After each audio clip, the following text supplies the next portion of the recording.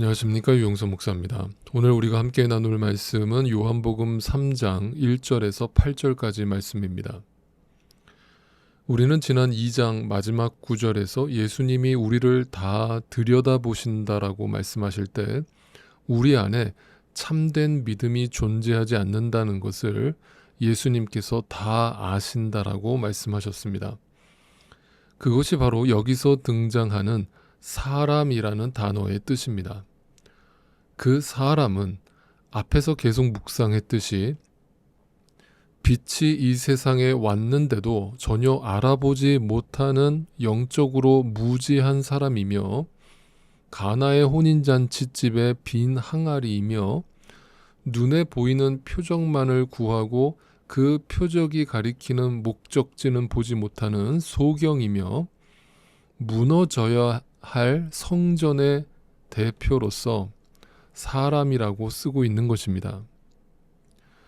그것이 여러분과 저의 실체라는 것을 성경은 끊임없이 고발하고 있는 것입니다. 그런 의미에서 성경의 장과 절을 다 무시하고 쭉 읽어가다 보면 지금 요한복음 3장으로 넘어가면서 바로 그 사람의 대표격으로 등장하는 한 사람을 등장시키고 있다는 것을 보게 됩니다. 그 사람이 누굴까요? 네, 바로 니고데모입니다. 겉으로 행위로서는 누구보다 하나님을 잘 알고 잘 믿는다고 여기는, 그러나 그 속에는 하나님이 찾으시는 믿음이 존재하지 않는, 그래서 공허하고 허무하고 어둠 속에 있는 그 사람의 대표주자, 여러분과 저의 자아상, 그 사람이 바로 니고데모입니다. 니고데모는 유대의 지도자였습니다. 그리고 바리새인이었습니다. 그들은 전심을 다해서 율법을 연구하고 그 율법대로 깨끗하게 살려고 몸부림을 치던 사람들이었습니다. 그래서 유대인들은 바리새인들을 존경의 눈빛으로 바라보았습니다. 바리새인들은 아주 훌륭한 종교 지도자들이었을 뿐만 아니라 모든 백성들의 영적이고 정신적인 선생을 자처하던 자들이었습니다. 요즘 말로 바꿔서 얘기한다면 유튜브에 넘쳐나는 온갖 세상 지식을 가르치고 전하는 그런 유명한 강사요, 종교 지도자였다라고 말할 수 있습니다. 그런데 그 사람이 한밤중에 예수님을 찾아온 것입니다. 성경에서 밤이라고 하는 시간은 언제나 어둠을 상징하는 단어라고 제가 거듭 말씀드렸습니다.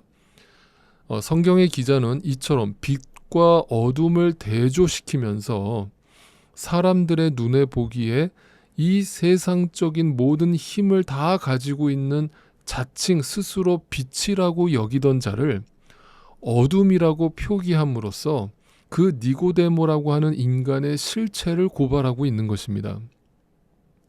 오늘날도 니고데모와 같은 사람들을 우리는 쉽게 봅니다.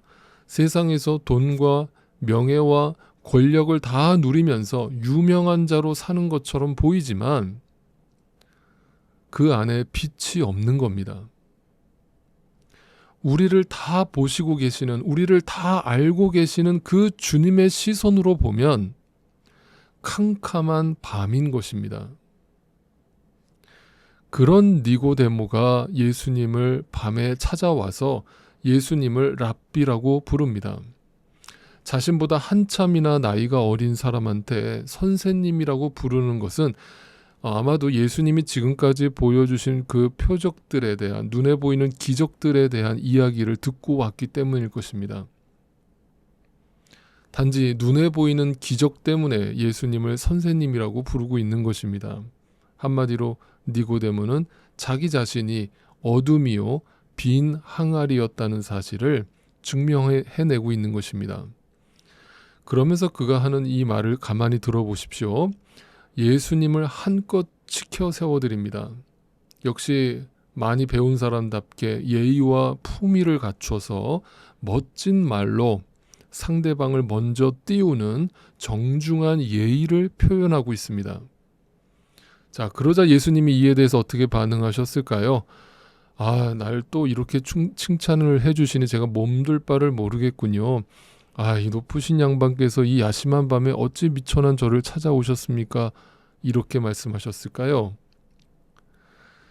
예수님의 말씀은 그 빈 항아리와 같던 니고데모의 텅 빈 그 마음을 다 아시고 하신 말씀입니다. 내가 진정으로 너에게 말한다. 누구든지 다시 나지 않으면 하나님 나라를 볼 수 없다. 주님은 그가 어떤 신분인지, 얼마나 이 세상에서 많은 것을 소유했는지, 얼마나 외모가 아름답고 뛰어난지, 얼마나 많은 사람들에게 존경받는 위치에 있는 사람인지 전혀 관심이 없으십니다. 오직 그 사람 안에 있는 어둠을 보시고 말씀하십니다. 거듭나야 한다. 다시 태어나야 한다. 그래야 그 빈 항아리에 새 포도주가 담기고 그 캄캄한 밤에 빛이 비친다라고 말씀하신 것입니다. 거듭남의 신비는 바로 이런 것입니다. 인간의 종교적인 열심이나 행위로서는 절대로 얻어낼 수 없다는 것을 말씀하고 있는 것입니다. 여기서 사용된 다시 태어나다, 거듭나다라고 하는 동사가 헬라어로 게네테 아노텐이라는 단어를 쓰고 있는데, 그것은 다시라는 의미, born again이라는 게 다시라는 말과 함께 위를 쳐다보다라는 뜻이 담겨 있습니다. 땅만 바라보던 한 인간이 위를 보게 되는 것, 그것이 거듭남입니다. 그러자 니고데모가 어떻게 그럴 수 있느냐라고 반문을 하는데, 그는 과연 거듭남의 시선을 갖고 있을까요? 아니면 이 육의 시선만 갖고 있을까요? 사람이 늙었는데 그게 어떻게 가능합니까? 어머니 뱃속에 다시 들어갔다가 태어나야 한다는 말입니까? 네, 니고데모는 다시 태어나야 한다, 거듭나야 한다는 말의 의미를 전혀 이해하지 못했고 단지 육적인 의미로 이해했던 것이죠. 다시 말해서 그는 아무리 성경을 많이 읽고 알고 있었다 할지라도 영적으로 소경된 자였음을 증명하고 있는 장면이라고 할 수 있습니다. 빈 항아리인 것이죠. 그러자 주님이 이렇게 대답하십니다. 내가 진정으로 너에게 말한다. 누구든지 물과 성령으로 나지 아니하면 하나님 나라에 들어갈 수 없다. 육에서 난 것은 육이고 영에서 난 것은 영이다. 성경에서 물은 심판과 생명, 즉 구원을 동시에 상징합니다. 심판과 구원이 동시에 일어나는 사건이 무엇입니까? 네, 세례죠. 물에 잠길 때 죄된 옛사람이 죽고 물 밖으로 나올 때 거듭남으로 생명으로 다시 태어나는 것입니다. 그러므로 예수님이 물과 성령이라고 말씀하신 것은 따로가 아니라 바로 성령 세례를 말씀하신 것입니다. 즉 세례 요한은 물 세례를 주었지만 그 뒤에 오신 예수 그리스도께서 성령으로 세례를 주시는 이로 이 땅에 오셨다는 것을 말씀하고 계시는 것입니다. 그때 비로소 육으로 태어난 인간이 자신의 의지나 어떤 노력으로도 벗어날 수 없는 그 죄된 본성, 그 텅 빈 항아리를 채울 수 있게 되는 것이고 오직 성령을 통해서만 거듭날 수 있고 새로운 생명이 부여될 수 있다는 것을 말씀하신 것입니다. 성령으로 난다는 것은 영이신 하나님에 의해서 새롭게 재창조된다는 것을 의미하는 것입니다. 그러므로 믿는 자라는 것은 신자란 오직 성령에 의해서 거듭남, 다시 태어남을 경험한 자들인 것입니다. 이것이 인간의 지식이나 행함이나 노력으로 되어지는 것이 아니라는 것을 이 니고데모를 통해서 주시는 말씀을 통해서 우리에게 들려주고 계시는 것입니다. 그리고 이 거듭남의 신비를 예수님은 이렇게 설명해주고 계십니다. 너희가 다시 태어나야 한다고 내가 말한 것을 이상히 여기지 말아라. 바람은 불고 싶은 대로 분다. 너는 그 소리는 듣지만 어디에서 와서 어디로 가는지 모른다. 성령으로 태어난 사람은 다 이와 같다. 바람은 임의로 붑니다. 그 바람은 어디서 와서 어디로 가는지 우리 눈에 보이지도 않고 알 수도 없습니다. 신비입니다. 네, 성령의 역사는 신비의 영역입니다.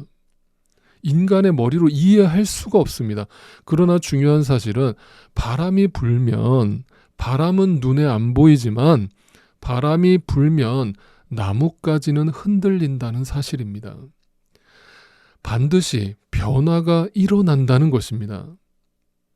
그렇게 거듭남의 신비를 경험한 자는 행함과 고백을 간증하게 되어 있다는 것입니다. 삶을 통해서. 잊지 마시기 바랍니다. 육으로 사는 자는 여전히 자신이 무언가를 할 수 있다는 자기 착각 속에 빠져 살다가 이 세상이 던져주는 허무와 공허와 어둠 속에서 끝이 나고 마는 것입니다.